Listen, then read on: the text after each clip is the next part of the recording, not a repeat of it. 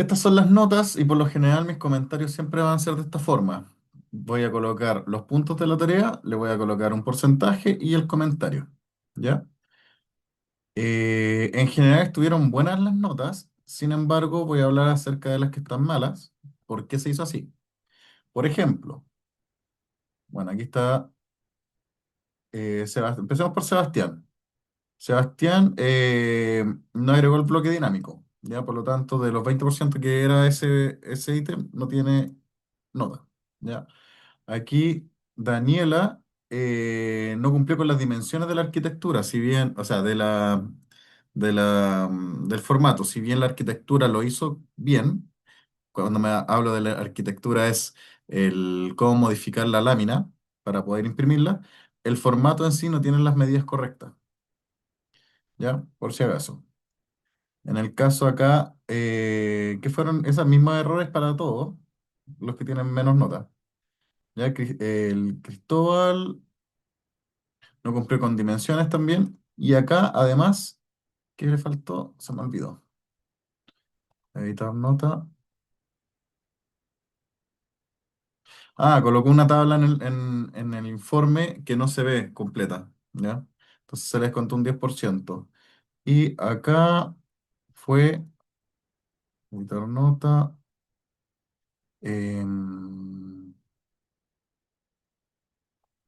No, esto no era así. Esto de acá. Lo siento. Acá solamente lo colocó en formato Word y falta justificar las letras. O sea, tienen que colocar en un formato correcto el texto, ¿ya? Tiene que ser hasta los bordes.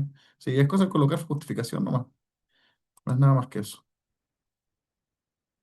No, esto tampoco. Se me pasó ese comentario. Lo siento, chicos. Este es el de arriba, ¿no? También le faltó justificar letras y al último creo que le faltaron más cositas. Eh, no trae los ejemplos. Esto no, por si acaso. Entonces le tuve que descartar el 10% a cada punto porque no trae ejemplos, ¿ya? Por si acaso, por eso es tan bajo. Y algunos que tienen 6.3 significa que el bloque dinámico no está bien ejecutado, ¿ya? Súper fácil, súper simple la revisión. No hay Oye, ¿por qué no tengo? Ah, Javier no tiene esta prueba, esta nota. ¿Ya? Eso. ¿Consultas acerca de eso? Momento, voy a leer que no estaba mirando la pantalla de ustedes. No, eh, no tengo consultas. ¿Alguien quiere preguntar sobre esto?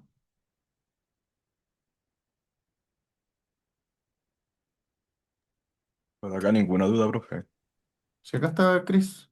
¿Chris cuánto? Chris Fetis.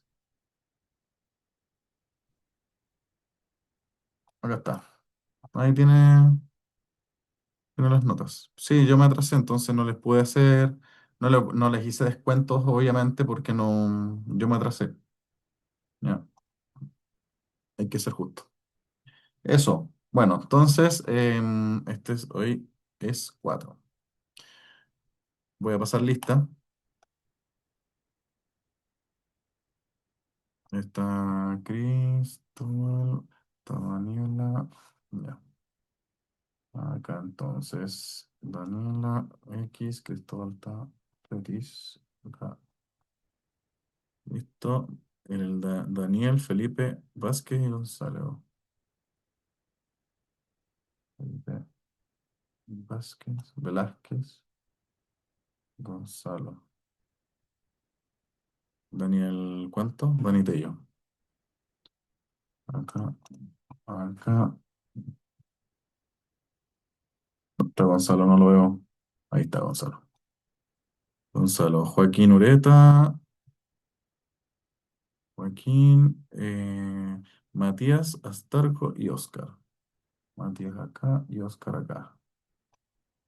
Bien, súper. Ya teniendo las notas, estamos bien. Esto va a ser para la próxima semana por si acaso y hoy día les voy a dar el, Oye, ¿dónde está? Esta.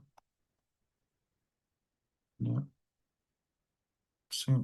Lo voy a tirar como en paralelo. Ya, si bien es la segunda PEP, lo tiro en paralelo para que tengan tiempo, por si acaso.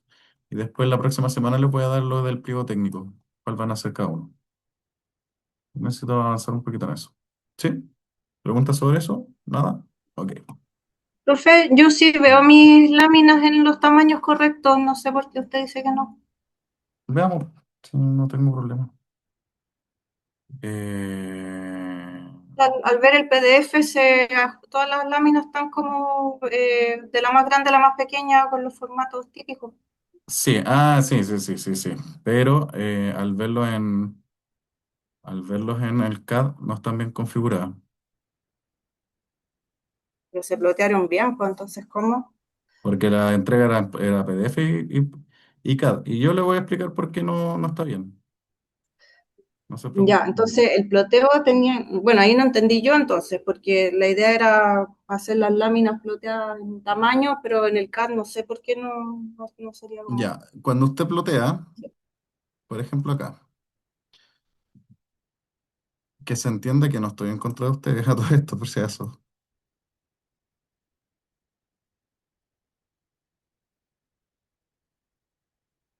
Espérate, déjame buscar dónde está tu. Acá está. Ya. Entonces, nosotros tenemos acá esta tarea, ¿cierto? Aquí no se ve la diferenciación del. ¿Cómo se llama esto? De las líneas que están en los márgenes, por si acaso. Sin embargo, cuando ya bajamos, se nota ahí el espacio que no está bien configurado.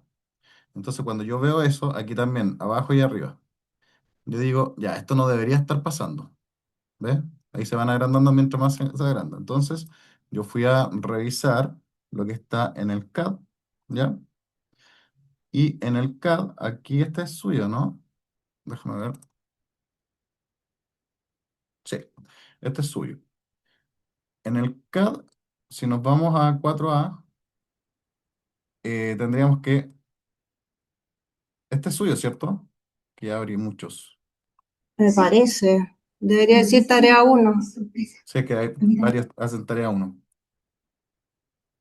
A ver. Ya. No, eso yo no puse esa. No, no, no sé, varios tarea uno, pero es un poquito.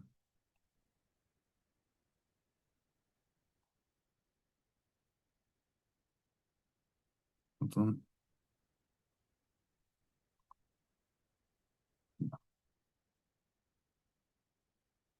vamos a abrir. Ya. Aquí, cuando usted se coloca para, vamos a abrir cualquiera, hay algunos que sí, otras que no, por si acaso. Usted se coloca acá a modificar, bueno, en este caso lo puso horizontal, tendría que cumplir. Ahí cumple, ¿cierto? Perfecto. No sé, si lo puse así, Este es suyo, ¿no? no, no sé, que eso me extrañó porque no, cuando pone modificar sale como girado para el otro lado incluso. Lo veamos de nuevo. Déjame cerrar todos los tareas uno para que no me confunda yo, ¿ya? Pero en todo caso, yo revisé lo que estaba en el Drive. Entonces, veamos, desde cero. Daniela. Ok. Listo. Ya. Esto es.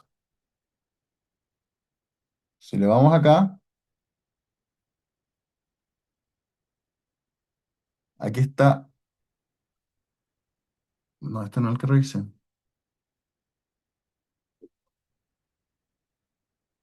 ¿Y por qué no está no está en la línea?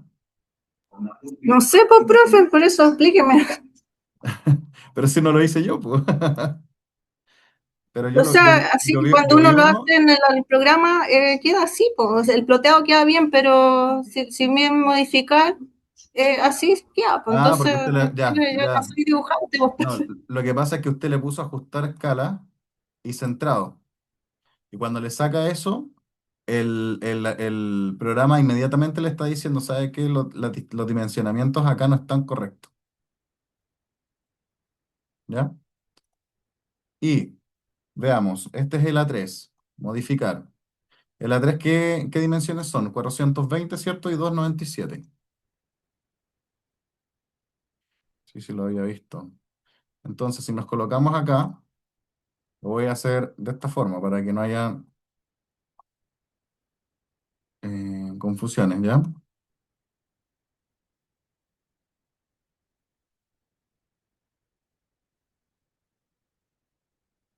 Esos son los valores y los valores que tendrían que estar son estos.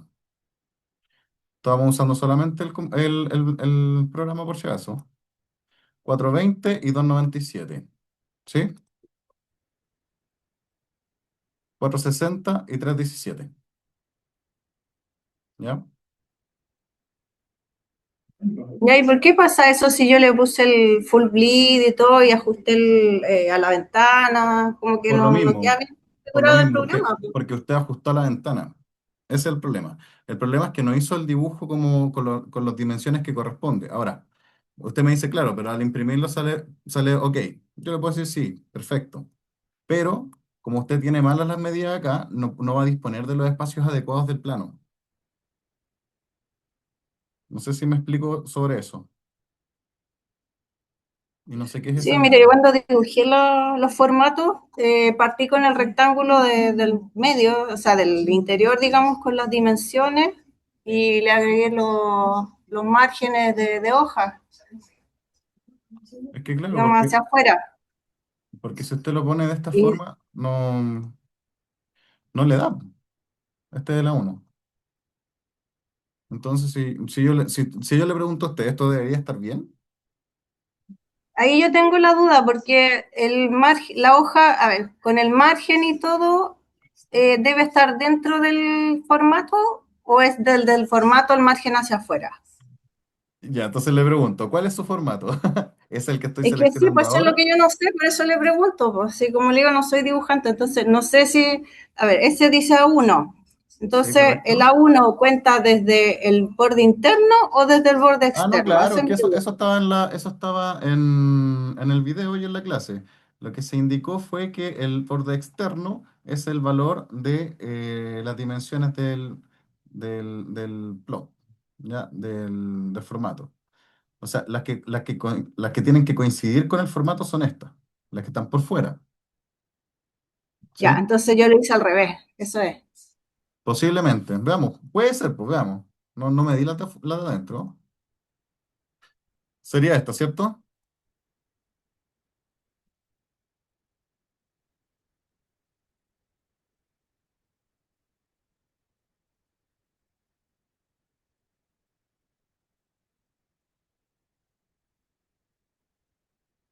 Sí, hizo las de adentro. Claro, pero entonces yo no sé qué es esta de acá. Esta que voy a mover, mire. ¿Qué es esto? Esta es la ventana. Ya, ok. Y entonces no le hizo los márgenes interiores. Claro, hizo los márgenes interiores y después hizo ¿cómo se llama esta? El desfase hacia afuera. Eso es lo que hizo. Claro, lo hice al revés, yo eso no cachaba, ahora Claro, entiendo. claro. Entonces aquí, por eso también no le quedaban bien en las hojas.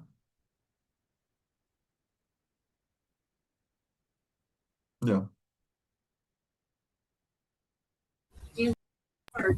Profe, yo podría aprovechar igual de preguntarle por el mío y Sí, no claro. entendí muy bien.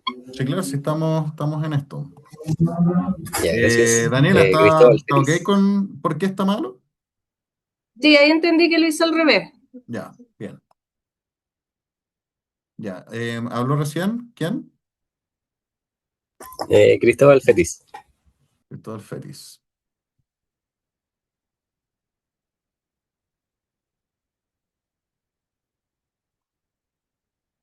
Ya, veamos. ¿Qué tenía en su comentario?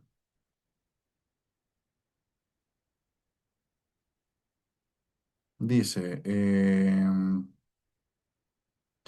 no cumple con las dimensiones y el de al lado es por el informe. Ya. Aquí ya lo había dejado. No está con tengo hasta decimal, entonces ya con eso sé que no va a cumplir con las dimensiones. ¿ya? Es eso, nada más. Ah, ya, ok. Sí, me pasó de hecho que igual lo hice súper apurado. Pero me pasó después cuando convertí el bloque, ahí se me... No sé por qué se me sumó como hartos números. ¿Ves? Aquí también tiene Ya me decimales. había pasado antes. Entonces no le quedó. Ok. Esta. Había uno que. No, no sé si es usted. No, no es usted. Es ese. Y respecto al informe, ya. Tratemos de no hacer de este tipo de informe como académico, ¿ya? Porque aquí estos son para la ATE que se manda como investigación. Tratemos de no hacer de este tipo. Hagamos el normal y, y si vamos a hacer de este, que no pasen estas cosas, ¿ya?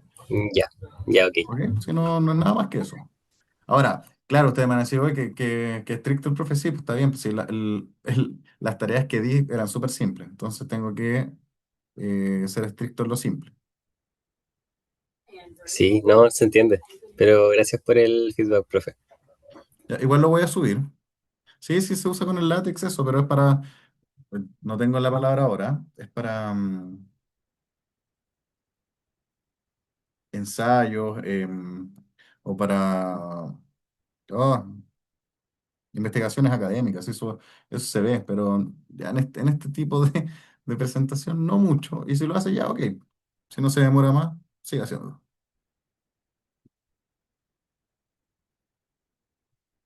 Ya, ok. ¿Estamos bien? Por mi parte, sí, profe. Muchas Ya. gracias. Y hay una persona que me va a reclamar posiblemente, que es acerca de que, si bien hizo el bloque dinámico, en el último punto se superponía con el otro, entonces le faltó apagar una de las capas, por si acaso. Ya, entonces empecemos. Vamos a terminar con la clase 3. ¿Alguien que me pueda hacer un resumen de la clase 3?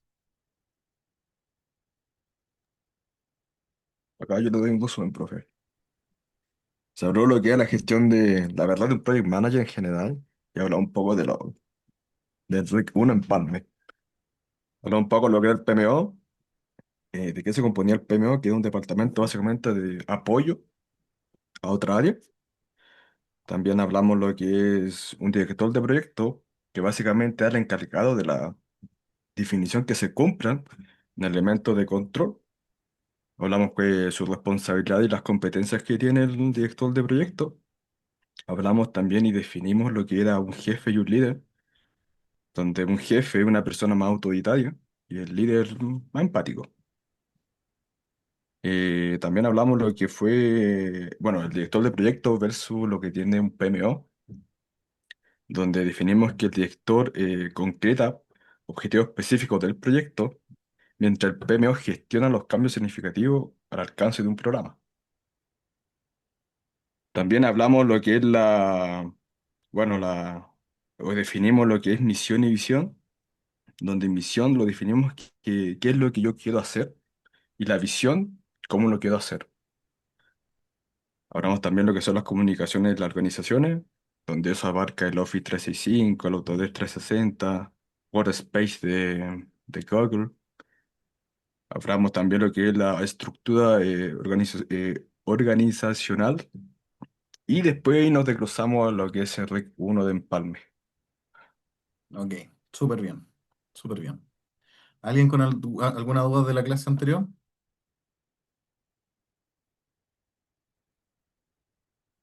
No. Ok, ya. Esta clase igual va a ser más rápida, espero, que las anteriores, ¿ya? Porque es harta materia la que tenemos que ver. Y quiero cerrar la parte la parte de Project Manager para ya poder pedirles alguna tarea sobre eso. Sí. Entonces, habíamos quedado también en la importancia que tiene la organización en la dirección de proyectos, ¿ya? ¿Por qué? Porque eso hace que nosotros podamos definir distintas etapas y poder monitorear esas etapas para poder tener un, un producto, un resultado no puede ser excelente. Un resultado dentro de las expectativas, ¿ya? Entonces, lo importante que tenemos que tener siempre en la cabeza es en qué etapa del proyecto vamos a estar o en cuántas etapas vamos a dividir este proyecto. Por lo general, se pueden dividir en tres etapas a lo global, ¿ya? Que son las fundamentales en realidad, que son el proceso de inicio de los proyectos, el proceso de ejecución, de monitoreo y el proceso de finalización, ¿ya? Ahora, este tipo de estructura que le acabo de comentar, o procesos, no solamente se aplica a nivel macro, no solamente vamos a decir ya, el proyecto empieza en enero, va a terminar en diciembre y definamos las etapas en inicio, centro y final, ¿ya? No es que solamente en esa parte se pueda utilizar, sino que se utiliza para todos los procesos dentro del mismo proyecto. O sea, en la misma parte de procesamiento de datos, en la misma de monitoreo, podemos tener también un proceso que va a tener un inicio, otro monitoreo y un final, que es por lo general el inicio donde nos dice cuándo tenemos que empezar a monitorear esto y el por qué. La ejecución, monitoreo, tiene que ser el cómo, las herramientas, el cuándo, ¿sí? Y el resultado o el final, obviamente, es el valor o el producto o el subproducto que necesitamos que se cumpla para que podamos seguir avanzando en nuestro proceso, ¿ya? Ahora, en el inicio de la planificación es importante que nosotros podamos entender que debemos confeccionar guías, debemos seguir estándares y debemos tener planillas. ¿Por qué es tan importante? Porque esto nos da una estructura de trabajo que nos ayuda a no perder los horizontes de lo que estamos buscando, ¿sí? Y nos ayuda también a saber qué trabajos son más importantes que otros o qué valores debemos tener u obtener al final de cada proceso, ¿sí? Ahora, en la ejecución y monitoreo se utilizan cada uno de esos documentos, de esos listados o de esas checklists que dijimos al principio, con el fin de que nosotros podamos obtener lo que realmente estamos buscando. Pero en esta parte de la ejecución y monitoreo, yo podría decir que también es un ciclo. ¿Por qué? Porque puede que en la ejecución y en el monitoreo encontremos que los valores no nos están dando o que simplemente no está midiendo, ¿ya? Entonces ahí es donde podemos tener los primeros checklists antes del proceso, por ejemplo, e identificar una falla que nos va a ayudar a poder solucionarla de forma prematura y poder seguir con el proceso sin tener que perder tanto tiempo. Ahora, ustedes me van a decir, claro, esto puede ser mucha pérdida de tiempo, pero en sí, disculpen, y aquí el cierre ya lo hemos hablado bastante, pero quiero que vean esto. Voy a adelantar un poquito. Pero en sí, siempre tenemos que tener en mente cuál es el ciclo de nuestro proyecto, ¿ya? Por ejemplo, acá es un ciclo estándar de un proyecto, de una actividad, ¿ya? En donde tenemos que su ciclo de vida vamos a hacer una gráfica entre el tiempo que se demora el proyecto y el costo o nivel de dotación de personal que se necesita para realizar este proceso. Si se dan cuenta, al inicio, en la planificación o al inicio del proyecto, cuando nosotros empezamos a ver eh, cuáles son las directrices, cuáles son los objetivos, hasta dónde es el horizonte del proyecto, si se fijan acá, la cantidad de personal es bajísima, ¿sí? ¿Por qué es bajísima aquí? Porque en realidad se está realizando una evaluación para ver si esto es factible o no es factible, ¿sí? Luego viene la etapa de preparación y organización, ¿ya? Y este es donde eh, vamos a colocar a disposición nuestra cuáles van a ser las herramientas que vamos a utilizar.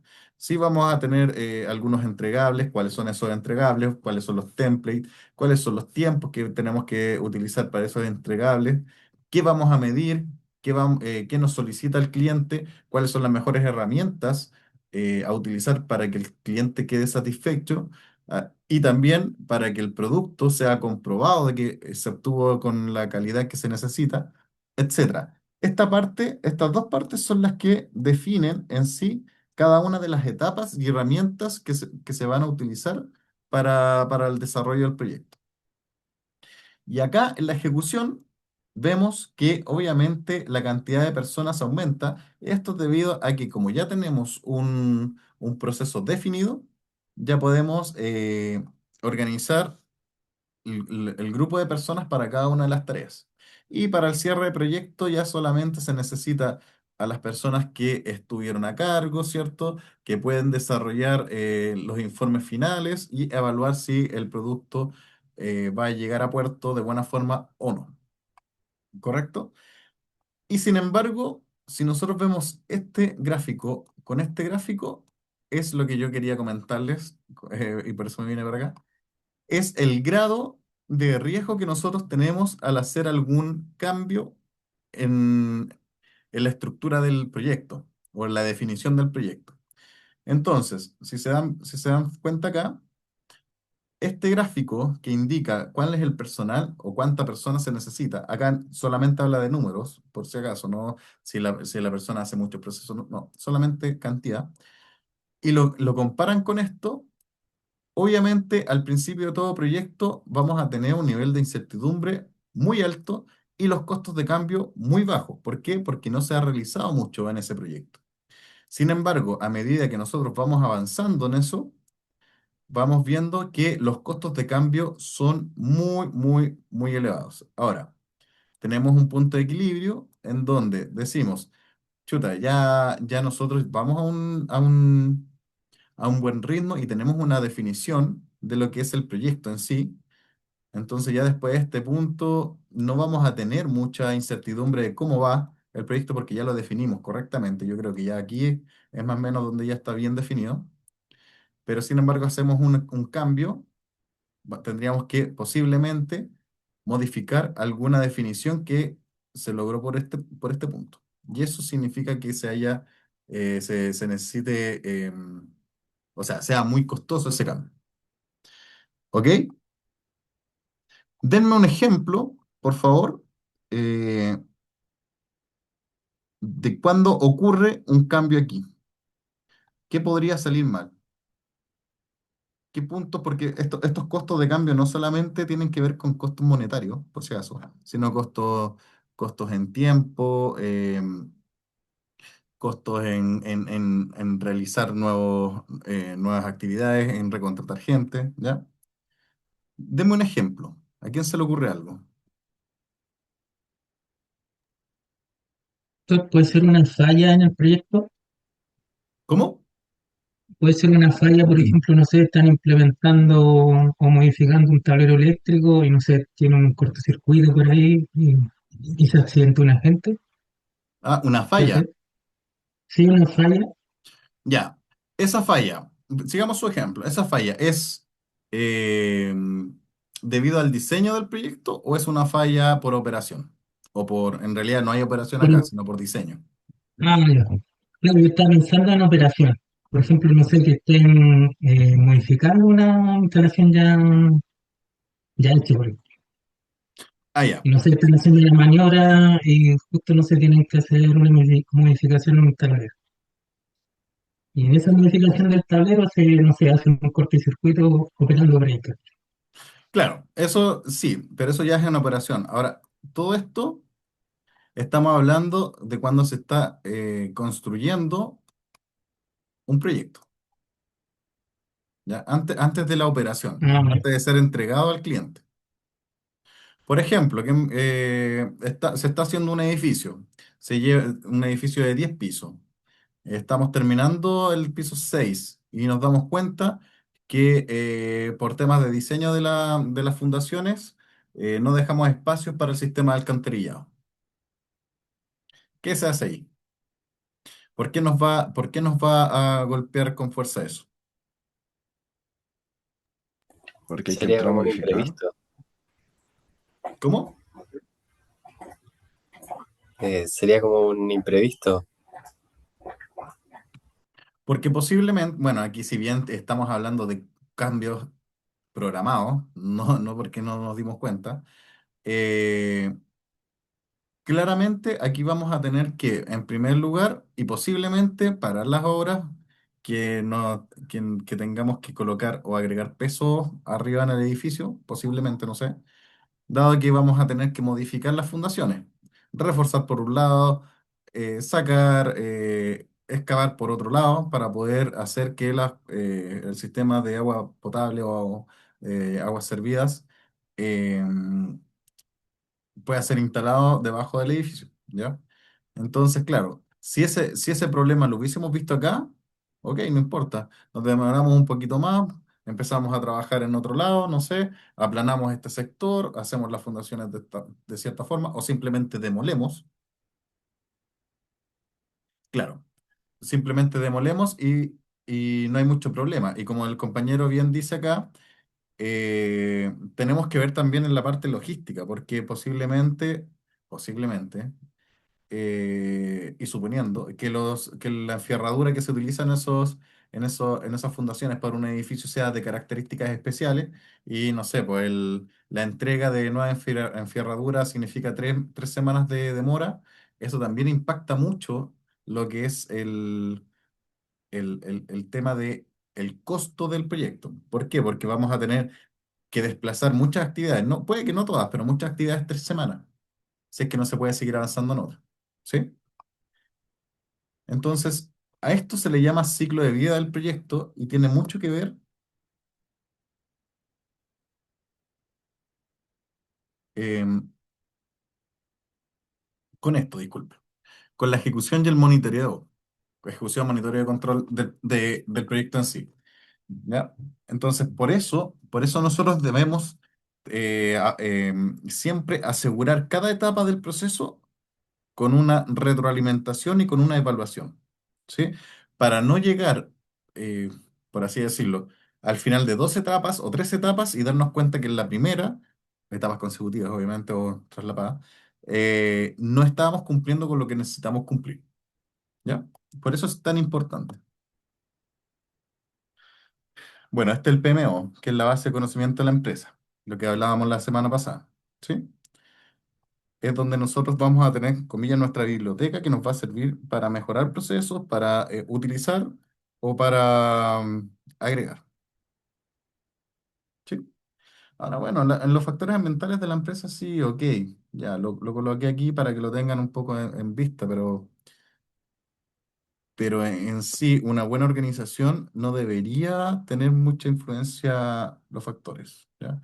Porque una buena organización ya considera cómo mitigar estos puntos. Ahora vamos a ir con definiciones, ¿ya? Definiciones de quiénes son, por ejemplo, o sea, de quiénes son los partícipes en un proyecto. Porque siempre hemos hablado que hay directores, eh,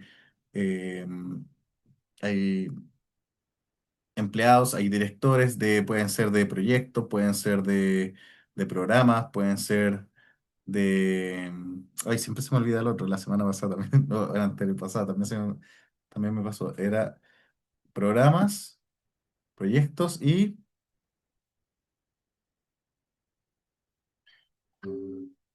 Programas, proyectos y... Uy, se me olvidó. Lo siento, chiquillo.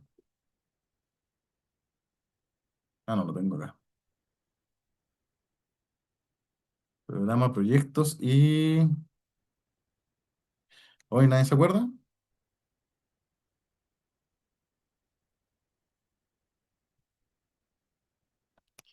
Oh, se me olvida.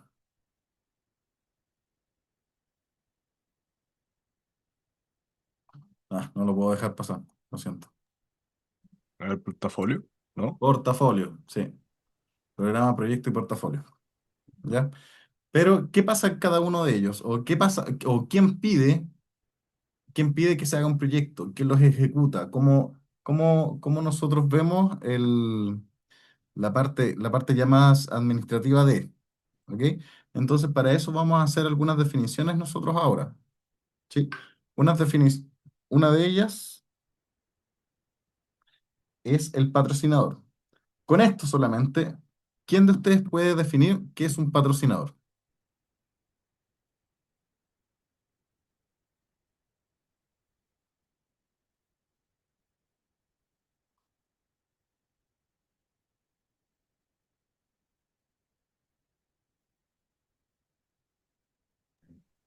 Yo creo que es como, o sea, no sé si decirlo una entidad, no sé si es la palabra correcta, pero es como, yo lo entiendo de esa manera, como la entidad de llevar, no sé, una X marca o proyecto eh, como a flote, por decirlo así, ¿Ya?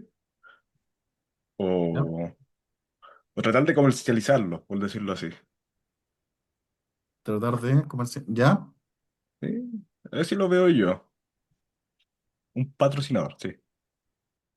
¿Ya? ¿Qué más? Profe, pero no es la definición clásica nomás del fondo el que pone las lucas nomás para llevar adelante algún proyecto, igual se ve beneficiado, obviamente.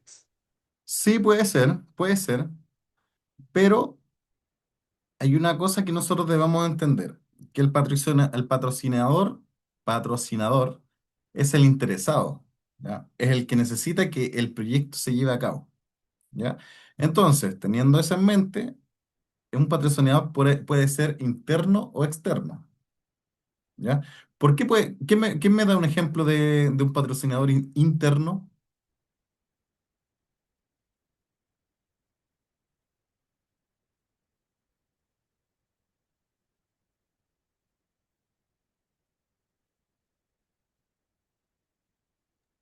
Pero eso puede ser un ejemplo así como estos casinos online, puede ser como patrocinador. ¿Casinos online? Sí, pues los casinos online que salen en todos lados, partidos de fútbol, usted ve ahí, están patrocinando los casinos. ¿Se puede o no tiene nada que ver? Sí puede ser, pero ¿hay quién sería el patrocinador? Yo creo que el mismo casino, porque se está tratando de vender. Pero están vendiendo qué cosa. O sea, yo creo que su plataforma. Su plataforma porque online, para al final, al fin y al cabo. Ya, sí, puede ser, pero él es más como un ente que está vendiendo su producto, ¿ya? Pero, pero enfóquense a ver, al que quiere que se haga un proceso. Por ejemplo, un patrocinador externo puede ser el gobierno de Chile, puede ser el Ministerio de la Vivienda, no sé, ¿ya? Que le importa que se hagan, en el Ministerio de Vivienda, que se hagan conjuntos habitacionales para X tipos de sector de la población. Punto. ¿Ya? Ellos lo que están haciendo es entregar, en este caso, dineros, ¿ya?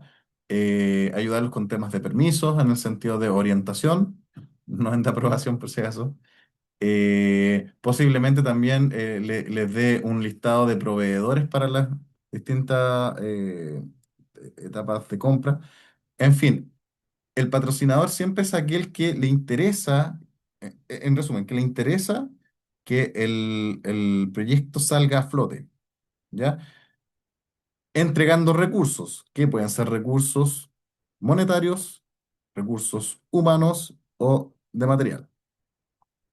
Y un patrocinador interno podría ser simplemente un gerente de otra área que necesita, no sé, un gerente de construcción que está viendo que sus lucas no se están cobrando muy bien debido a que tiene muchas personas que trabajan y compran, no sé, por su cuenta el material y al rendirlo se les pierde la factura o no la sabe dónde rendir las estructuras de rendición están todas dispersas porque no hay una serie. Entonces, posiblemente ese gerente quiera que el área TI realice una APP para que todo ese proceso se haga de forma fácil, rápida para el trabajador. Entonces, en ese sentido, posiblemente sea el gerente de construcción quien patrocine a un grupo de TI para poder realizar esa solución.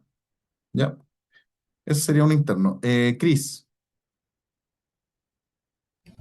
Profe, ¿podría considerarse un patrocinador como, por ejemplo, los vendedores que reciben comisión por venta de proyecto y por término de proyecto? O otro depende. ejemplo como un contratista. Un contratista.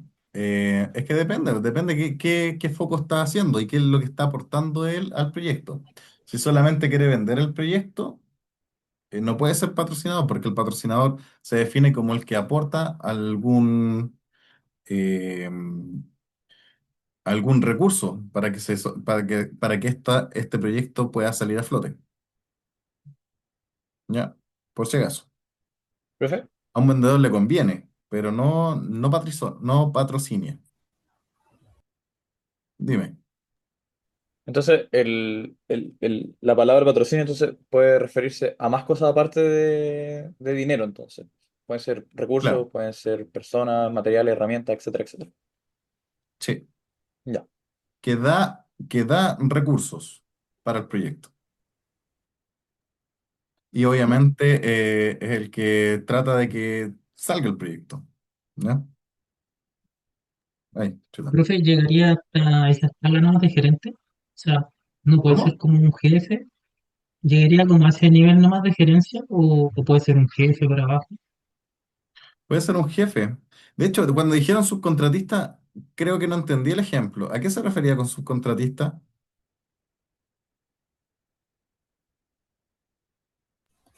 Me refería, por ejemplo, si ya, yo pongo siempre el ejemplo de plantas fotovoltaicas porque, bueno, trabajo como prácticamente en eso. Pero el contratista, por ejemplo, llevaría los recursos que serían como las personas o llevaría los materiales y a él le interesa que, pero claro, es porque le están pagando al final, pero le interesa que el proyecto siga avanzando y no se detenga. Es que sí, posiblemente Entonces no sí. sé si aplica. Posiblemente, no sé, a ver, que no quiero decir gerente. Un jefe de proyecto posiblemente necesite que sus trabajos salgan, ¿ya? Pero para que sus trabajos salgan necesita subcontratar a alguien. ¿Ya? Ahí no sería el subcontratista el patrocinador, sino que sería el jefe de proyecto el patrocinador. Pero sí el subcontratista jugaría un rol importante, ¿sí? Ya, ya entiendo. Ahora, si el subcontratista es, comillas, partner y también le interesa que salga esto y también está aportando de su capital, podría también convertirse en patrocinador.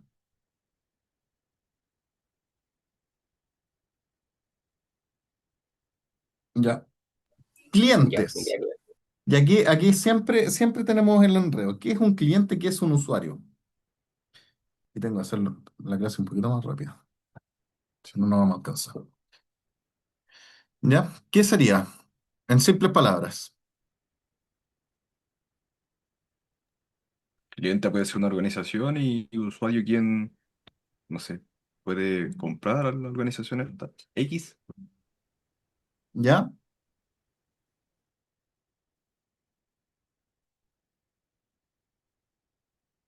¿Quién más?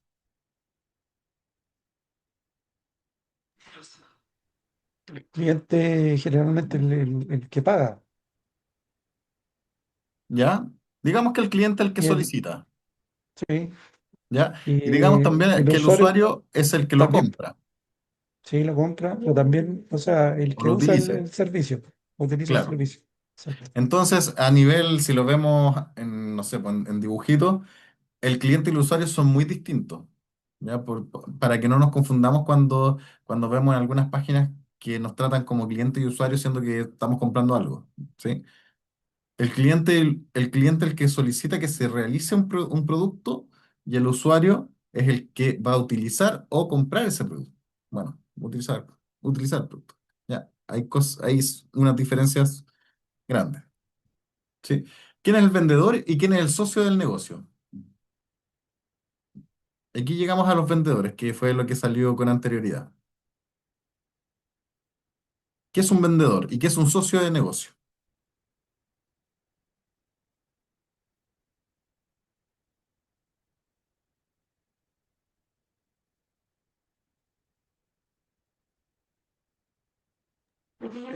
El socio de negocio es el que como aporta capital. No, me imagino yo, en diferencia, obviamente, el vendedor el que se ocupa, valga la redundancia, de vender el producto. Ya, un socio de negocio no necesariamente aporta capital, por si acaso. ¿Profe? Puede aportar otras cosas, experiencia, mano de obra, pero lo que sí el socio de negocio va a estar en línea con tu empresa, con tu proyecto, ¿ya? Porque van a tener un motivo en conjunto para llegar. Ahora, los vendedores son los que nosotros conocemos como proveedores, ¿sí? O sea, los vendedores en esta definición son los que nos proveen de algo. ¿Se entiende?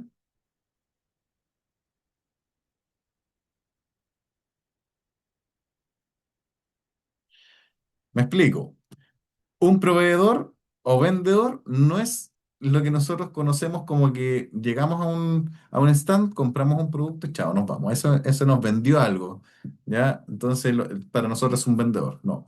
Un vendedor slash proveedor son aquellos grupos, personas, empresas, lo que sea, que aportan al proceso del proyecto para que éste se pueda concretar. Por ejemplo, los subcontratistas o contratistas también son vendedores, ¿ya? Si yo puedo hacer un proyecto sin tener gente siquiera, solamente teniendo las lucas y teniendo a personas que me controlen cada proceso y teniendo solamente subcontratistas para cada una de las áreas o contratistas, ¿ya? Que esos serían mis vendedores, ¿sí? ¿Que alguien más iba a hablar? Escuché a un profe. Eh, Le quería preguntar por la definición entonces de socio de negocio, que me confundí. Los socios de negocios son empresas, son externos, ¿ya? A ver, el socio de negocio tiene el mismo punto de vista de la empresa, supongamos que es nuestra empresa, ¿ya? Para el socio de negocio le interesa que el proceso o el proyecto salga a flote, ¿sí? Entonces, nuestro socio va a aportar a nosotros con distintas cosas. Puede aportar con experiencia, puede aportar desempeñando algún rol dentro del proyecto, ¿sí? Con instalaciones, puede dar capacitaciones, puede dar apoyo, puede dar también dinero, ¿sí? ¿Ok? Pero un socio del negocio es aquel que está como a la par de nosotros, tratando de que el proyecto salga. Un proveedor es muy distinto, porque el proveedor, nosotros, comillas, lo contratamos para que haga algún servicio.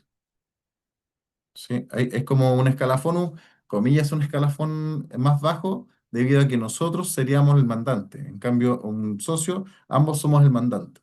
¿Que nos puede apoyar con algo? Sí, ok, sí. Pero en sí estamos en la misma línea. Vale, vale. ¿Ya? Ahora, hablemos del equipo. Ustedes, ¿qué personas creen que van a comprender el equipo de trabajo de un proyecto? ¿O quiénes serían para ustedes, según lo que hemos estudiado todas estas clases, estas 4 clases, quiénes serían las personas mínimas que deberían estar en un equipo del proyecto?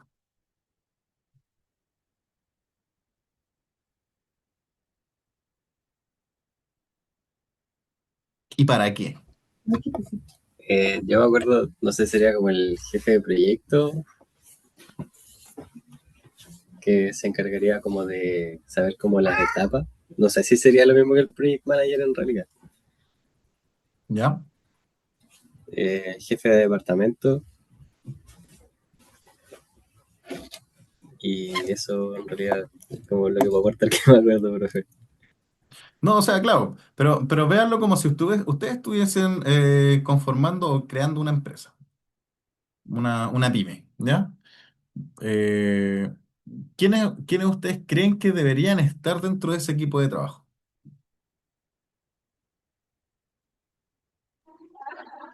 De hecho, yo a lo que dijo mi compañero le sumaría a alguien de recursos humanos, ¿Por qué usted cree que es importante alguien de recursos humanos? porque finalmente él tiene que ver contratos, ver los niveles de dinero, por ahí creo yo, que es un nivel de recursos humanos. Joaquín, ¿usted quería aportar? Yo creo que también, y no menos Gracias, importante, son Oscar. los hitos. ¿Los hitos? Sí, pues hitos, obviamente. ¿Ya? ¿Quién más? Mano de obra también, técnico. Claro, pero concentrémonos en solamente, comillas, en lo que van a administrar. ¿Ya? Entonces está muy bien. Un jefe de proyecto, ok, bien. Un jefe o alguien de recursos humanos, también está correcto, porque como todos nosotros sabemos,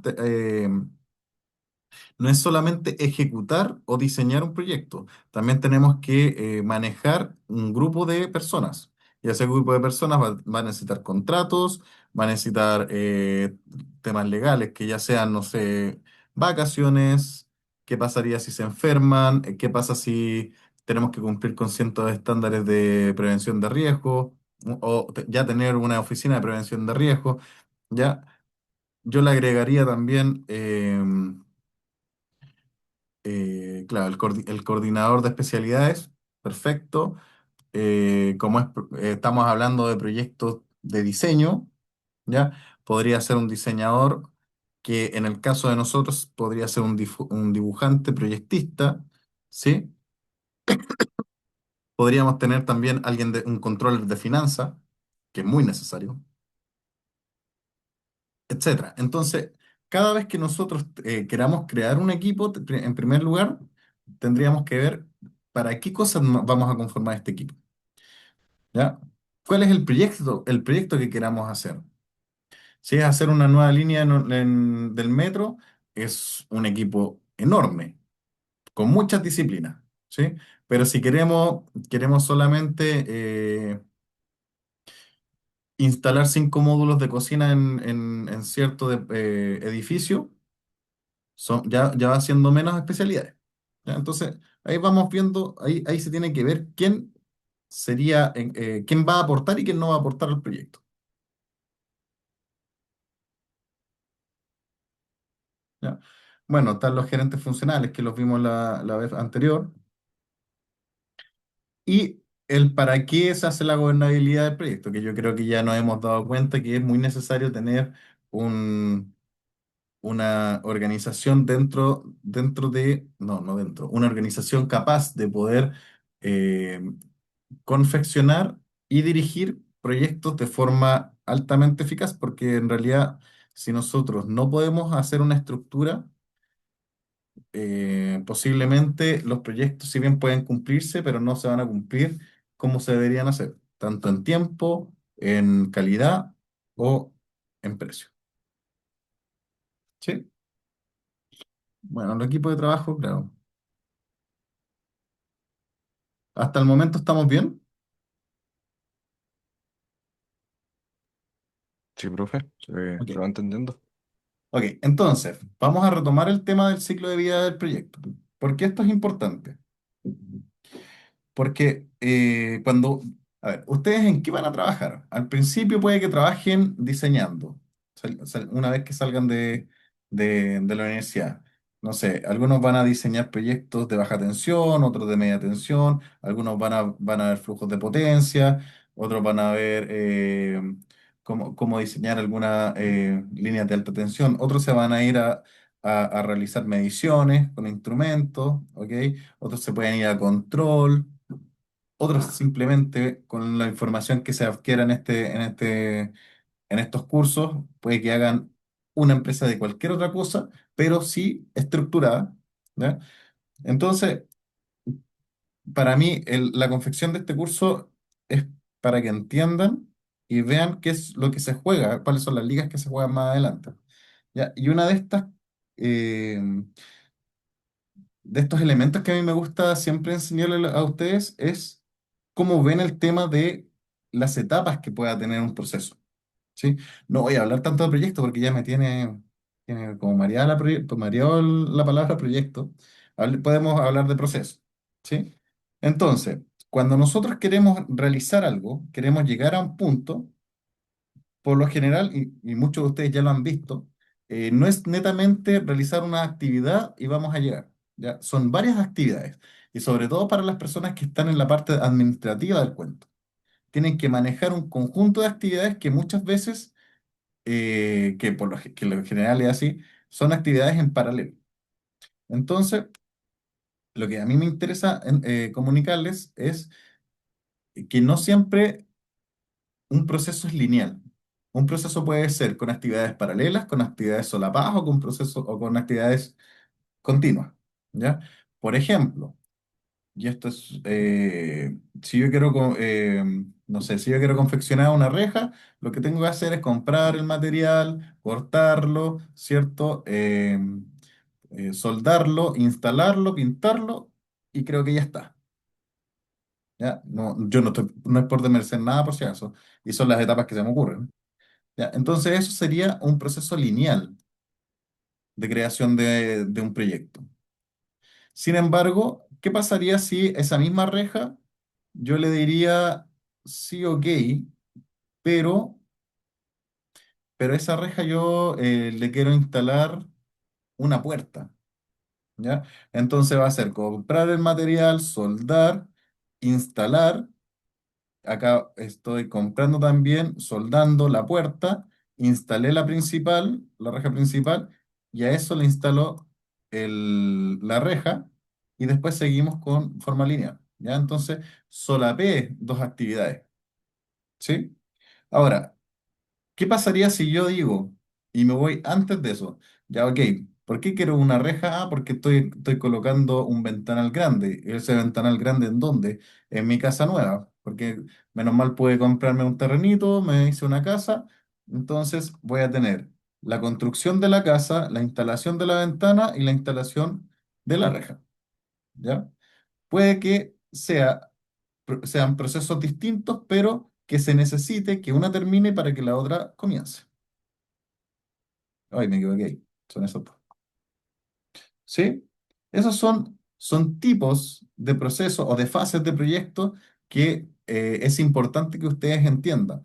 ¿Por qué es importante? Porque van a poder, con esto, se van a poder imaginar cartas Gantt, van a poder hacer checklists adecuados, van a poder evaluar procesos, ¿ya? Como por ejemplo decir, ok, este punto A, ¿está ok? Sí, está ok. Démosles con el proceso siguiente. Si el B está ok, démosle con el proceso siguiente, que sería un producto C.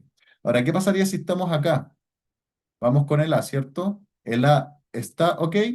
No, puede que no.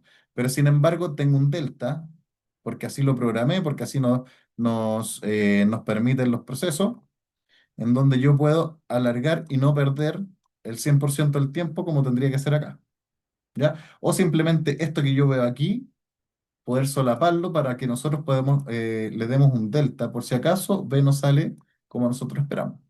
Entonces, ahí ustedes es donde tienen que jugar al cómo, cómo crear un proceso adecuado que va a contener holguras de tiempo, que va a contener evaluaciones de resultados, ¿ya? Y que puede que también ustedes anticipen el hecho de qué pasa si una de estas etapas falla, cuáles serían los riesgos. Y ahí tener un plan B, plan C, plan D, lo que sea.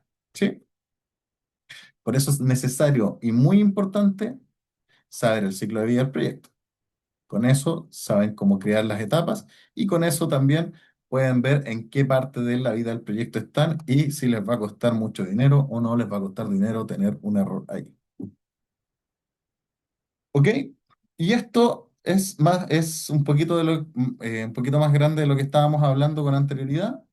Es qué pasa si yo hago un ciclo de vida predictivo del proceso. ¿Ya? Entonces veo, ¿cumplo con mis requisitos o cuáles son los requisitos que yo quiero cumplir? Están aquí. ¿Es factible? Sí, puede que no. Si no es si es factible, ¿cuál es la planificación para que esto ocurra? Voy a tener 3 etapas, 3 meses, 5 meses, voy a necesitar tanto personal, tanto eh, presupuesto, tanto tiempo. Ok. Lo diseño. El diseño está ok, sí, lo construyo. La construcción me satisface todos los puntos, no sé, hagamos las pruebas. ¿Pasaron las pruebas? Sí, se entrega. Punto. Si en cualquiera de estas etapas que les mencioné con anterioridad no se cumple algo, se puede volver atrás. ¿Ya? Y eso hace que un proceso sea predictivo a la etapa siguiente. ¿Ya? Que vayamos avanzando de forma, comillas, segura. ¿Sí? Y, ya, bueno, ya. Y para, creo que terminar este punto, ¿sí? Nosotros, para una dirección correcta de los procesos, tenemos que tener un enfoque adaptable hacia los requisitos, o sea, hacia el cliente, ¿ya? Tenemos que tener lo que ya hemos dicho, alcances, cronogramas, presupuestos, calidad, recursos, riesgo. Tenemos que tener con todo el personal comunicación y compromiso, porque si algo de esto, o algo de los puntos, o con alguien del personal, no tenemos esto, puede que el resultado o los resultados no sean comunicados con el tiempo que deberían haber sido y nos atrase de igual forma. ¿Ya? Se tienen que seleccionar procesos adecuados y se tienen que cumplir con los requisitos solicitados. Y teniendo todo esto, nosotros podemos indicar que nuestra dirección de proyecto está ok. Ahora, cuando nosotros comenzamos a tomar este tipo de puestos en alguna empresa, obviamente tratamos siempre de cumplir con todas estas expectativas, ¿ya? Pero quiero que sepan que uno empieza con algo chiquitito y va después creando un monstruo que al final también tiene que reducirse. Y de esa forma se hace un esquema genérico que en algún momento todos tenemos para poder evaluar un proyecto cualquiera. ¿Ya? Entonces todos vamos a decir, ya, ok, tenemos esta etapa, esta, que son las genéricas que en realidad salen en estas diapositivas, que nosotros que tenemos experiencia con el manejo de estos tipos de procesos, posiblemente decimos, sí, es muy básico, sí, no, puede ser un poquito más, o deberíamos detallar, sí, ok, lo que quieras, pero que se entienda que eso es lo mínimo que se tiene que hacer, ¿ya? Y ahí depende de nosotros si le agregamos o no les agregamos más procesos al tema. Hasta ahí todo bien, ¿cierto? Sí. Ya, aquí esto lo puse para su conocimiento, por si acaso.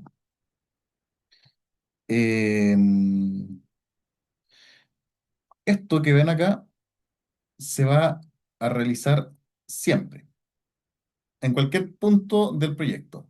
Esto dice interacciones comunes entre los procesos y dirección del proyecto. Ya. Lo que se quiso colocar acá es que una correcta evaluación de un proceso debe tener por lo menos estas fases, indiferente de donde estemos. Si estamos en el inicio, en el medio, creando documentos, viendo si los valores nos están dando o no, si estamos en el proceso de entrega, no importa. Siempre tenemos que tener esta maquinita en nuestra cabeza. Es acción de monitoreo, control y control de este. ¿Ya? Cuál es la naturaleza iterativa y si hay superposición o no hay superposición de procesos. Punto. Eso es primer enfoque que nosotros debemos tener en nuestra cabeza.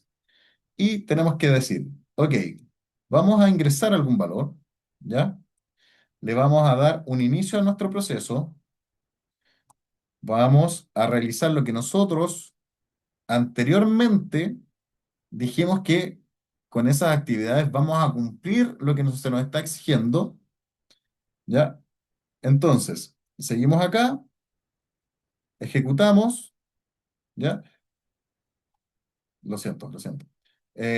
Usamos los procesos planificados y se va a los procesos de cierre.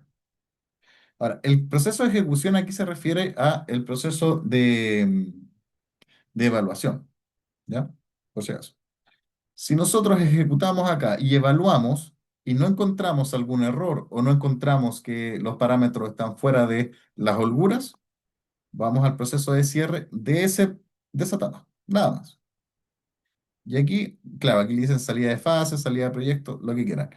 Pero siempre y cuando tengamos un proceso de evaluación que nos indique que todo está correcto, podemos continuar con la siguiente etapa.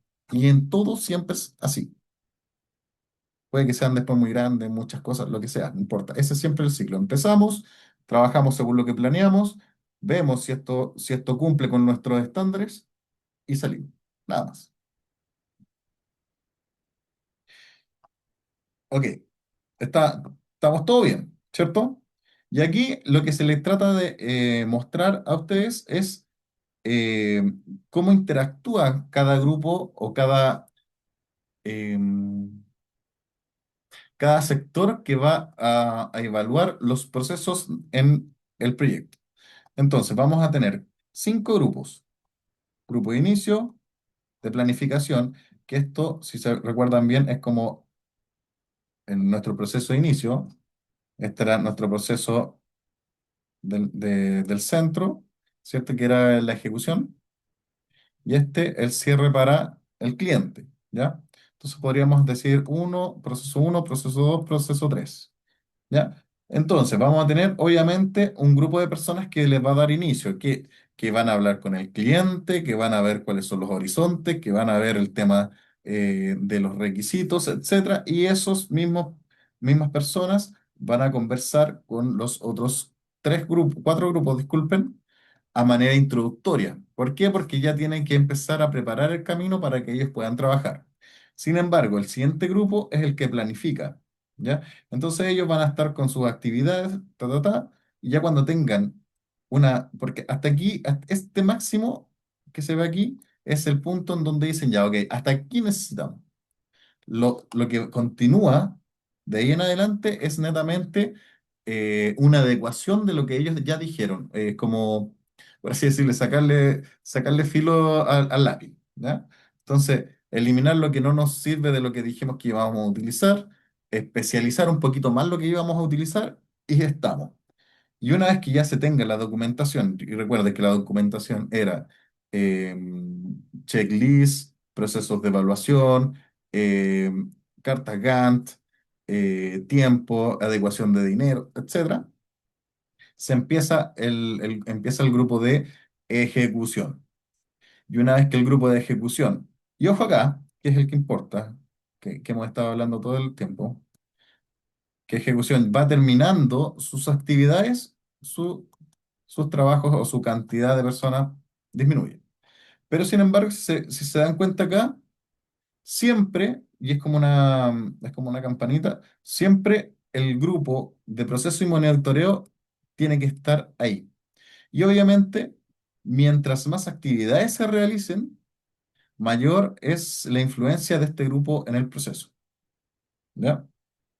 Y el grupo de cierre va a empezar desde aquí, si se dan cuenta,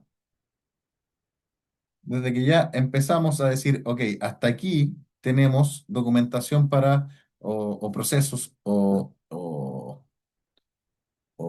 herramientas para utilizar. Desde ahí empieza el grupo de cierre a evaluar, ok, esta es nuestra base de datos, esto es lo que necesitamos entregar, esto necesitamos cumplir, bla, bla, bla, bla, bla. Y obviamente su peak es ya cuando se están terminando todas las actividades. ¿Sí? En resumidas cuentas y en forma genérica, esto es un ciclo de interacción entre grupos. Forma genérica, que no se les olvide eso, por favor. Ya. Y esto lo vamos a ver la próxima semana, porque ya necesito ver temas del RIC. Y además esto se repite mucho, así que si ya tenemos sueño, ya empezamos la próxima semana con eso. Ya, esto, ok, esto lo vimos, ok. Ya, queda poco, esta parte. Bien. No, la próxima semana. Mantener. Está claro hasta el momento, ¿cierto? Acá se entiende, profe. Sí, sí, es súper light esta parte, ¿ya? Pero necesito que lo entiendan.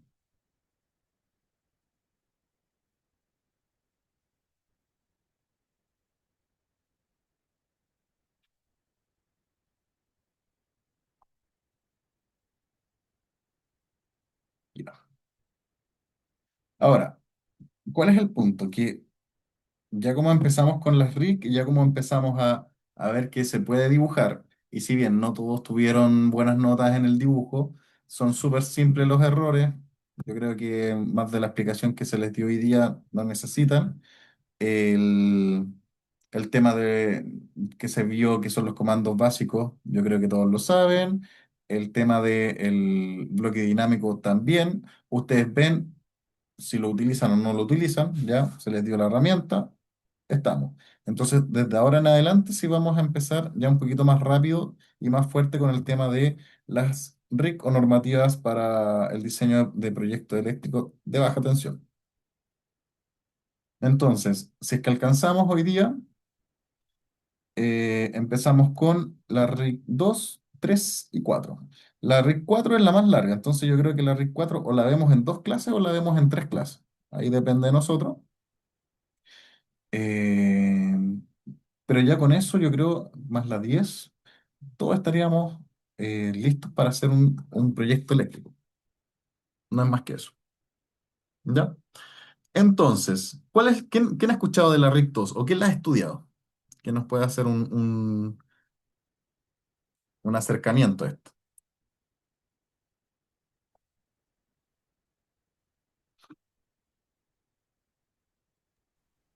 Creo que se habla de, bueno, lógicamente habla de los tableros eléctricos, de cómo se tiene que constituir un tablero. Un tablero eléctrico, básicamente. De cómo se Perfecto. construye. Ahora, hagamos el ejercicio al revés. ¿Qué es lo más, eh, ya, lo voy a decir, qué es lo más malo que han visto en un tablero eléctrico? A su parecer.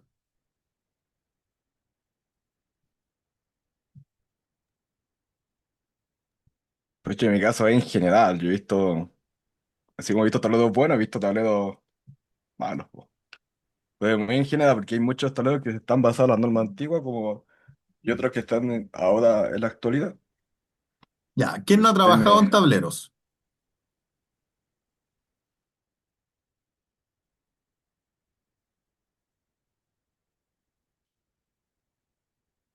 Todos han trabajado en tablero. Todos saben lo que es un tablero.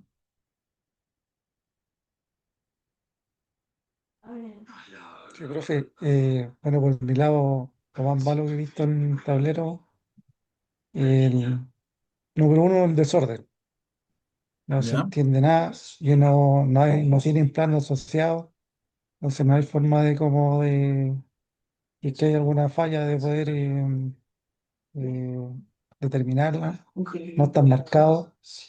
Y lo otro que de repente le colocan, hacen puentes con cables que son de menor sección, y ahí es un riesgo grande de incendio.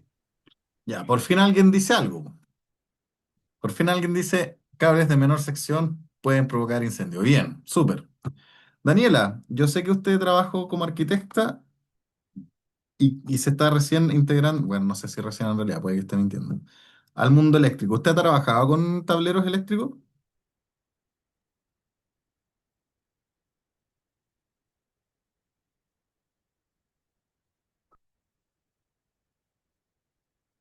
Se nos fue Daniela. Ya, claro. Entonces, aquí nosotros podemos ver cómo es un tablero eléctrico, una sección que sea. Y una de las mayores complicaciones es el tema de las secciones de los conductores, ¿ya? Entre otras cosas. ¿Por qué? Porque si la sección de un conductor no cumple con la cantidad de corriente que debe soportar, obviamente eso va a provocar que éste sufra un aumento en su temperatura y que posiblemente provoque un fallo en los puntos de contacto, ¿sí? Pero otros puntos pueden ser peores, ¿ya? Que por ejemplo tengan derivaciones, que por ejemplo una protección desde abajo de su bornera alimente más de un circuito y que estos se suelten porque obviamente eso no está diseñado para tener más de un cable, que hagan puente entre protecciones y puentes por aguas arriba de la protección, lo que implicaría que este no está cumpliendo su objetivo, ¿ya? Y cosas como esa, que la radiocurvatura no sean las adecuadas, eh, que el conductor tenga roces, etcétera. ¿Ya? Ok. Entonces, bueno, como todos saben, un tablero eléctrico debe ser un elemento sí, un elemento que nos ayude a nosotros a ver cómo es la organización del circuito del establecimiento. ¿Ya? Eso como desde el punto de vista del instalador. Pero el tablero eléctrico también es un sistema que administra de forma correcta lo que es el sistema eléctrico en la planta en sí. ¿Ya? ¿Por qué? Porque gracias a las RIC, creo que son, a las RIC que salieron ahora, ya es obligatorio separar algunos tipos de circuitos, ya sean fuerza, luminaria, computación, etcétera, ¿ya? Y cuando hablo de fuerza, hablo de elementos que puedan exigir o puedan perturbar el circuito en sí, siendo un elemento nocivo para otras cargas que estén en el mismo circuito.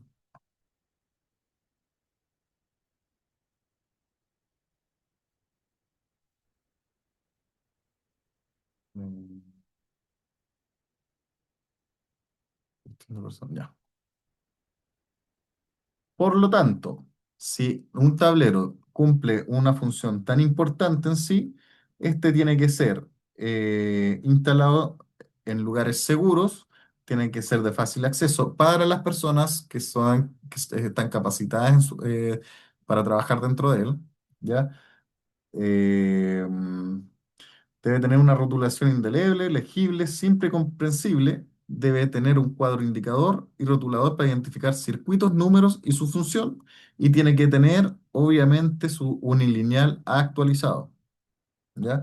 ¿Por qué? Porque todos conocemos el típico tablero en donde al principio tenía su protección general, ¿cierto? Sus circuitos que salían hacia las cargas y que de repente alguien dijo, oye, ¿sabéis que necesitamos alimentar 5 enchufes? Entonces le agregamos una protección acá.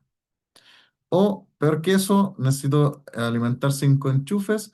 Entonces, de esta misma que llega a Bornera, digo, ah, ya, alimenta bien una carga, perfecto. Entonces yo salgo de acá, te alimento otras cargas. No paso por Bornera siquiera. Y si funciona, funciona, y si no funciona, lo cambio al otro. Y otros dicen, oye, ¿sabéis qué?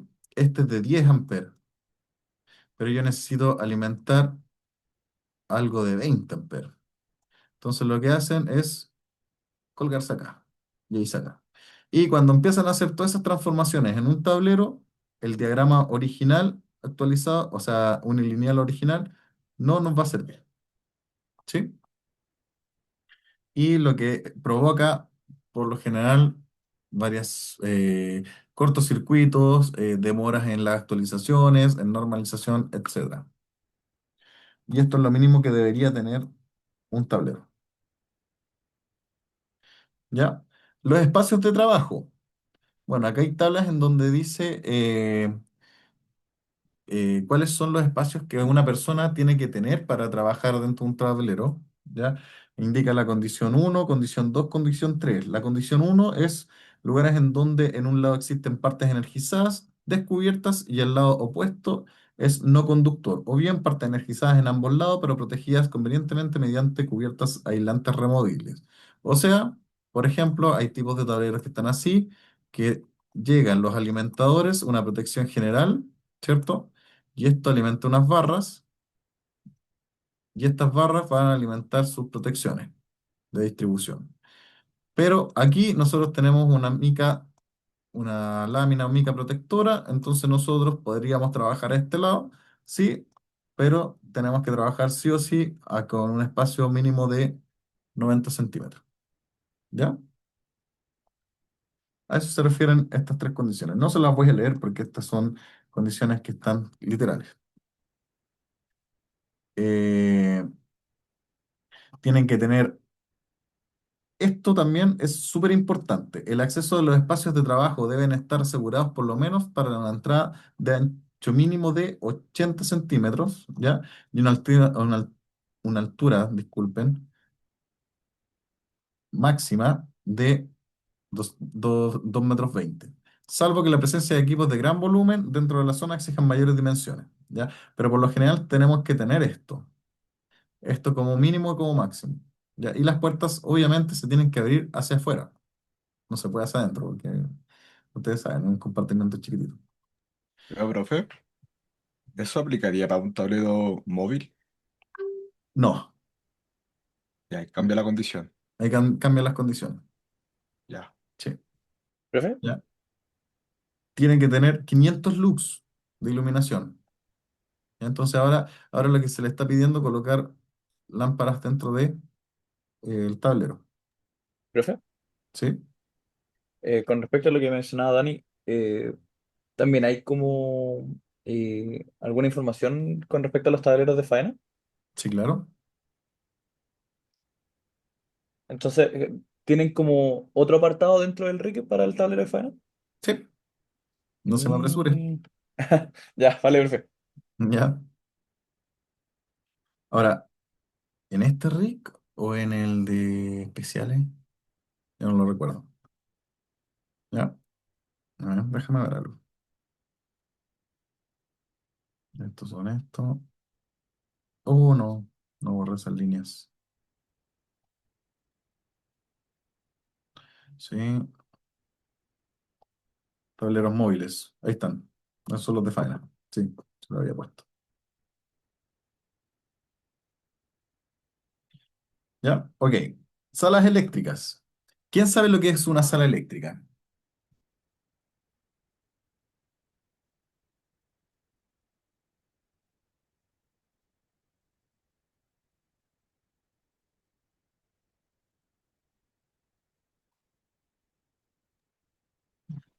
Un solo eléctrico donde están los tableros eléctricos, o pueden haber otros componentes eléctricos también, como UPS, ¿Ya?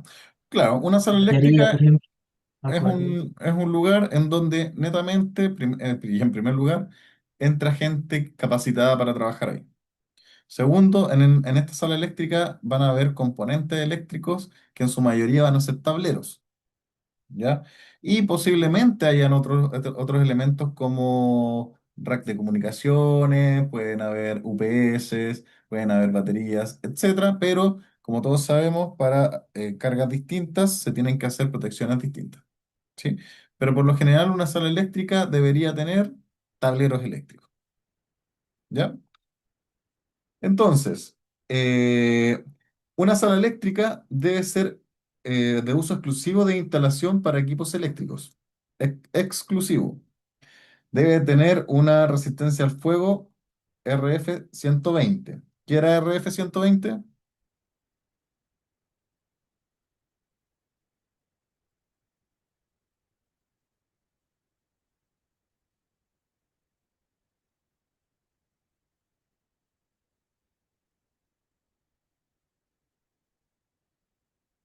Resistencia El- al fuego, profe.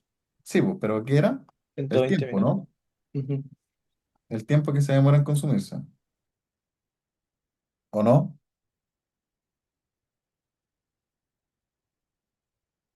Ya, tarea.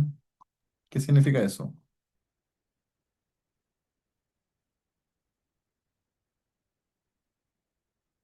Ya. Equipamiento con aislante tipo seco, líquido clase K. ¿Ya? Aislante de temperatura de ignición superior a 300 grados Celsius. Espacio suficiente para montaje. Piso antideslizante. ¿Por qué se tiene que tener un piso antideslizante? Me imagino, profe, que debe ser en caso de que estén trabajando en el tablero y para evitar alguna acción que provoque un cortocircuito o que afecte al trabajador. Correcto. Y siempre tienen que entender de que estas RIC son, en primer lugar, para protección del trabajador y en segundo lugar, para protección del elemento eléctrico. ¿Ya? Entonces, si pasase que una persona se resbala, podría tocar algún elemento eléctrico que lo perjudica a él y que perjudica a la planta. Tiene que tener alumbrado de emergencia de 2 horas. ¿Qué significa eso? Que en caso de ausencia de energía, el alumbrado de emergencia actuará durante 2 horas. Correcto. Ante 2 horas. Y tiene que tener señalética de seguridad. ¿Ya? Por eso aquí le puse un ejemplo de una sala eléctrica. Ahora, eh, para el montaje de cajas, gabinetes murales o armarios autosoportados, caja se refiere a caja de derivación. Gabinetes murales son esos que están apoyados al muro o incrustados, ¿ya? Y armarios autosoportados son tableros de mayor dimensión que están fijos al suelo, por si acaso. ¿Y qué deben contener? Cubiertas cubre equipo, puerta exterior, puerta interior, me falta aquí,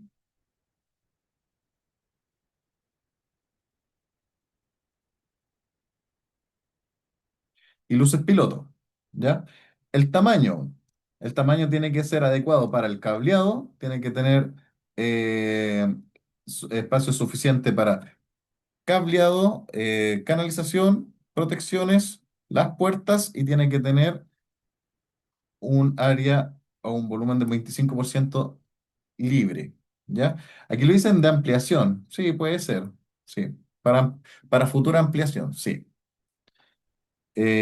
Todo conductor debe ir en portaconductores y tiene que tener, bueno, aquí el espacio es suficiente, yo me apresuré, lo definen como para el mantenimiento, ya para que las personas puedan entrar, puedan manipular elementos, puedan colocar instrumentos, etcétera. ¿Ya? Pero en sí, el tema que un tablero, dentro de un tablero tiene que estar todo bien ordenado, bien dispuesto, ¿ya? El cableado peinado, todo en bandejas, ojalá no se crucen entre protecciones. ¿Ya? Todo bien señalado. Y existen dos tipos de materiales para la confección de estos tableros. Son los metálicos y no metálicos.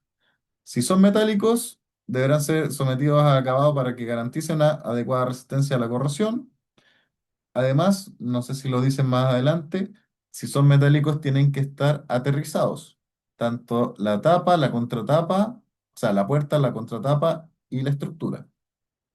Aterrizado significa que la barra del sistema puesta a tierra, que está dentro del tablero, tiene que estar conectado además al chasis, a la tapa, o sea, a la puerta y a la contratapa. Y los no metálicos son no higroscópicos, tienen que ser resistentes a agentes de climáticos y a la radiación, sobre todo si están afuera, tienen que ser resistentes a los rayos UV y tienen que ser resistente a fuerzas externas mecánicas. ¿Ya? ¿Por qué? Porque no sacamos nada tener un tablero plástico o de otro material no metálico que esté instalado, por ejemplo, en una industria y que ese tablero sea golpeado por cualquier cosa y se rompa. Eso da un problema mucho mayor. Distancia mínima entre partes desnudas, ¿ya? Esto es netamente una tabla de verlo, pero aquí tenemos para distintos niveles de tensión, hasta 200, hasta 400 y hasta 1000, ¿ya? Nosotros por lo general vamos a estar en este punto para monofásico y trifásico, ¿cierto? Ya el de 400 hacia arriba es para tableros que vienen o hacen un bypass para el transformado.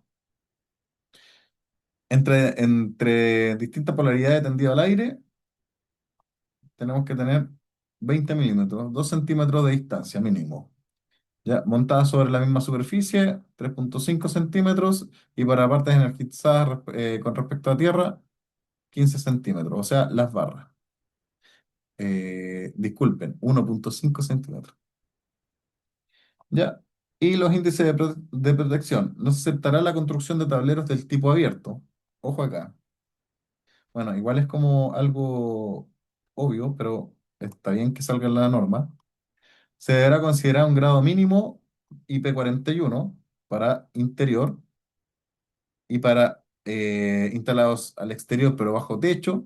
Si no se encuentra bajo las condiciones, debe ser o sea, IP44, y si es exterior, que no sea bajo techo, IP54 mínimo. En recintos húmedos se debe separar el tablero 6,5 milímetros de la pared o superficie de soporte, ¿ya? Entonces, si tenemos una pared y tenemos el suelo, en el caso de un auto soportado tendría que ser así, base de concreto, no sé, y el tablero acá. Tut, tut, tut, tut, tut. Con eso 6,5 y con eso 6,5, ¿ya? Lo mismo si es soportado, o sea, o está anclado al muro, ¿ya?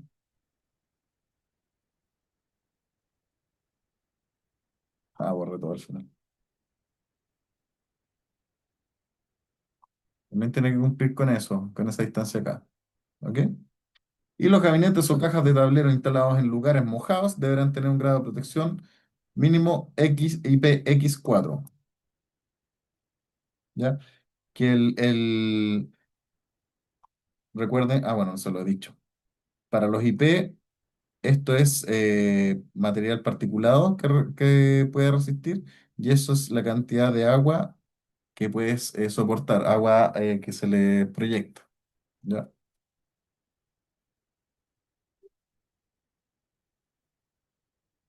Conductores para los tableros. Terminamos esto. Ya, terminamos la recto y nos vamos a descanso.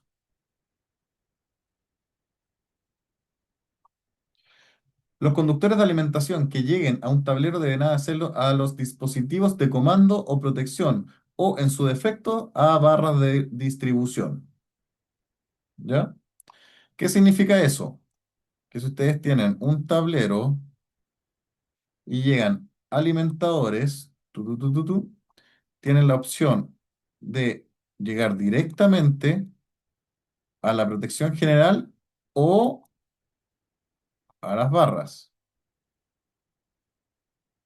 ¿Sí?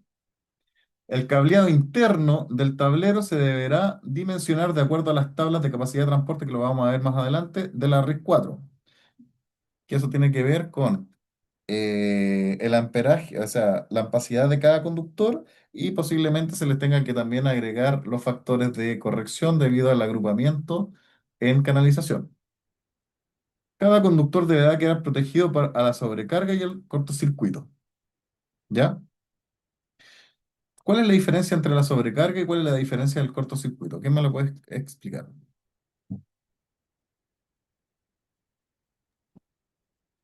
Cortocircuito es por la corriente instantánea y la sobrecarga es eh, el aumento de la temperatura en el tiempo. Ya, sí, sí, sí, sí, pero sí. No, sí está bien. Yo lo diría de otra forma, pero está súper bien lo que dice. Porque el cortocircuito es una corriente de falla. Entonces va a ser de una magnitud muy grande respecto al valor nominal. ¿Ya? Y es instantáneo, ojalá. ¿Ya? Pero sí. Y la sobrecarga, si bien, claro, las protecciones son termomagnéticas por general, para la sobrecarga es operación de la protección después de un tiempo estando en corriente nominal mayor, o sea, en corriente mayor a la nominal. Que eso en su efecto es aumentar la temperatura del cable y por ende actuar por temperatura. Sí, bien. Elementos de un tablero. Va a estar la barra de distribución, ¿ya? Ojo, toda barra de distribución ¿Alguien habló? No. Desnuda deberá estar protegida mediante una barra o material que impida el contacto directo de la superficie, con la superficie de las barras, ¿ya? O sea, aquí tiene que haber una lámina. ¿Cómo se llaman las láminas? ¿Las micas? Una mica, claro. Una mica, cosa que nosotros al abrir las puertas, después la contrapuerta o contratapa, no podamos acceder directamente a las barras, ¿ya? Las barras de distribución se deberán montar rígidamente soportadas en las cajas, gabinetes o armarios. Ustedes, no sé, siempre lo han visto como que están con unos polos, ¿cierto? Unos polos aislados, anclados a el tablero. Y eso se repite para la barra de neutro, pero para la barra de tierra no tienen que ser aislados. Bueno, peine, eso todos sabemos qué es. Material eléctrico, ¿ya? Los elementos. Ahí está la soportación, por si acaso que estaba hablando con anterioridad. Toda protección diferencial debe estar protegida a la sobrecarga y al cortocircuito mediante una protección termomagnética. Para esto, la corriente nominal de la protección diferencial debe ser igual o mayor a la corriente nominal de la otra protección. ¿Ya? ¿Qué quiere decir? Que si yo tengo un termomagnético, este tiene que estar protegido por, o sea, disculpen, una protección diferencial tiene que estar protegido por un termomagnético. Ahora mi pregunta, si yo tengo una barra, tengo una protección termomagnética, tengo mi protección diferencial, que sería mi caso uno, y en la misma barra yo tengo mi protección diferencial,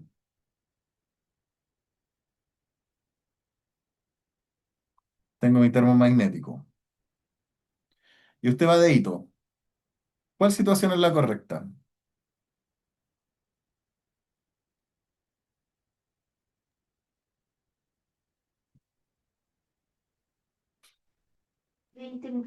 La diferencial al final.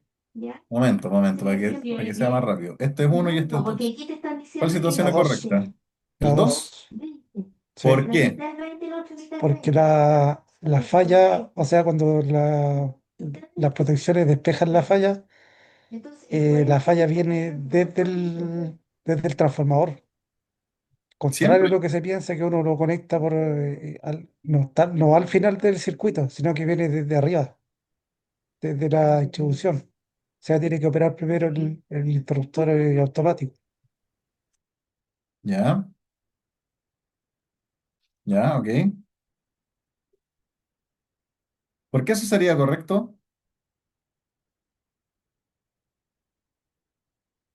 ¿Por qué viene del transformador la falla? Porque ahí se suministra la potencia. De ahí viene la potencia, claramente, ¿cierto? Porque nosotros podemos tener una falla en la carga, pero la carga no va a inventar potencia. Bien, entonces, esa es. Porque ahí la protección termomagnética está protegiendo a la vez al diferencial. Ya. El montaje de las barras deberán realizarse de la siguiente secuencia: de izquierda a derecha, o sea, de aquí hacia allá, o de arriba hacia abajo, de aquí hacia allá, con el código azul, negro, rojo. ¿Ya? IRST. Esto está malísimo. No, mentira. Esto tiene otro código de colores, por si acaso. Y acá la capacidad de corriente en las barras, esto se lee de esta forma. Una barra, barra doble, barra triple, ¿ya? Eh, barra doble en paralelo, ¿sí? Y este me dice dimensionamiento de las barras, serían 12 por 2, esto es 12 milímetros de ancho, y este es de alto, por así decirlo, de cobre. Vamos a tener esta cantidad de amperaje para barras pintadas y para barras desnudas. ¿Ya? Así se lee esta tabla, por si acaso, de ahí para allá. Y el orden de conexionado. Me dio risa esa foto cuando la coloqué. Los conductores del lado de la alimentación llegarán siempre al dispositivo de maniobra y de allí al dispositivo de protección. Ya, esto se contradice un poco con lo anterior, pero los alimentadores o los conductores, bueno, que antes hablábamos de alimentadores. Eh, si es alimentador, puede llegar a la protección o puede llegar a la barra. Si es conductor de alimentación de un circuito o de otro tablero de distribución, tiene que llegar al elemento de protección.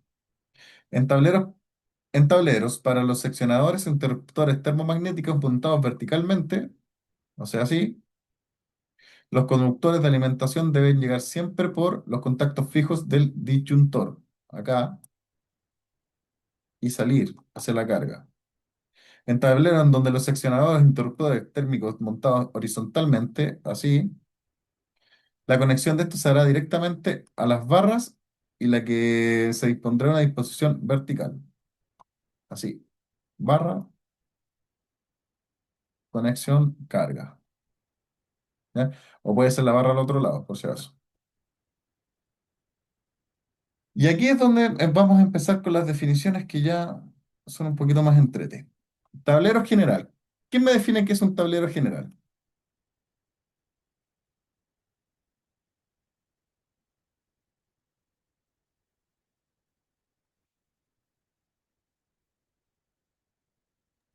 Puede ser el tablero principal que distribuye a todos los demás circuitos. Por lo menos así lo entiendo yo. ¿Ya? ¿Profe? ¿No es ahí donde se hace el primer cambio de sección? Puede ser. El tablero general es el primer tablero que viene después del empalme. ¿Ya? Ese es el tablero general. Viene el alimentador, tablero general. Punto.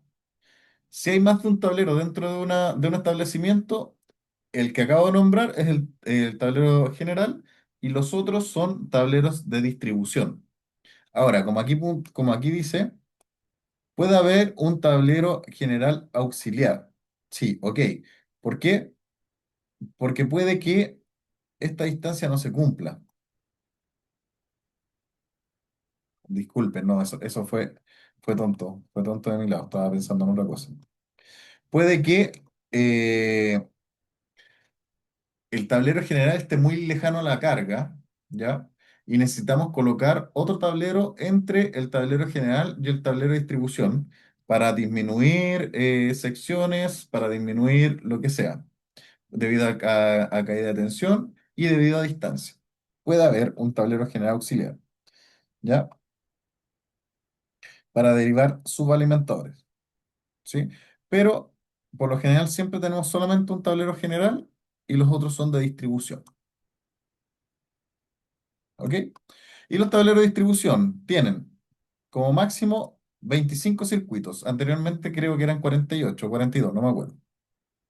Y debe tener sí o sí un interruptor de corte omnipolar como general, ¿ya? Ahora, si nosotros dentro de este tablero de distribución tenemos más de un sistema, ¿a qué me refiero? Podemos tener iluminación, podemos tener fuerza, computación, climatización, distintos sistemas. eh, También debe tener cada una de esas barras un interruptor de corte omnipolar, ¿ya?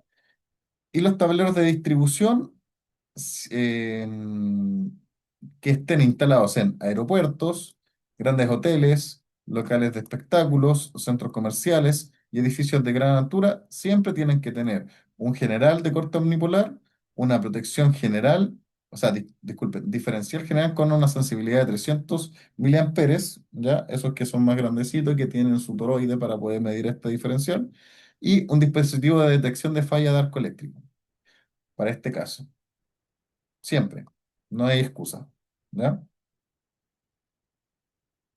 Condiciones generales para los tableros móviles, transferencia y de control, que es lo que nos estaba consultando el compañero con anterioridad. Todo tablero móvil, ¿dónde se me fue? Deberá contar con las señaléticas de operación y pulsador exterior con enclavamiento. ¿Qué significa esto? Que sin necesidad de abrir el tablero podamos realizar acciones en él que nos permita protección. Deberá ser alimentados por conductores o sea, disculpen, por cordones flexibles de 3 o 5 conductores, dependiendo obviamente si es monofásico o trifásico. Para el monofásico, fase neutro-tierra, para el trifásico, las 3 fases y neutro y tierra. Los tableros móviles deberán ser de IP56 e IK07 como mínimo. Se podrán usar tableros de transferencia manual o automáticos según se requiera la instalación. ¿Ya?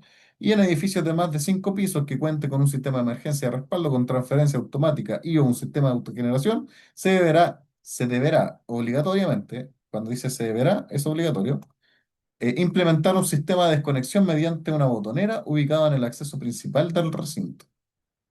Ojo ahí, ¿ya? Para los que hacen proyectos de edificio. Y vamos a empezar con la RIC número 3. Pero eh, tengamos un break. Sí, tengamos un break. Profe, Dígame. había una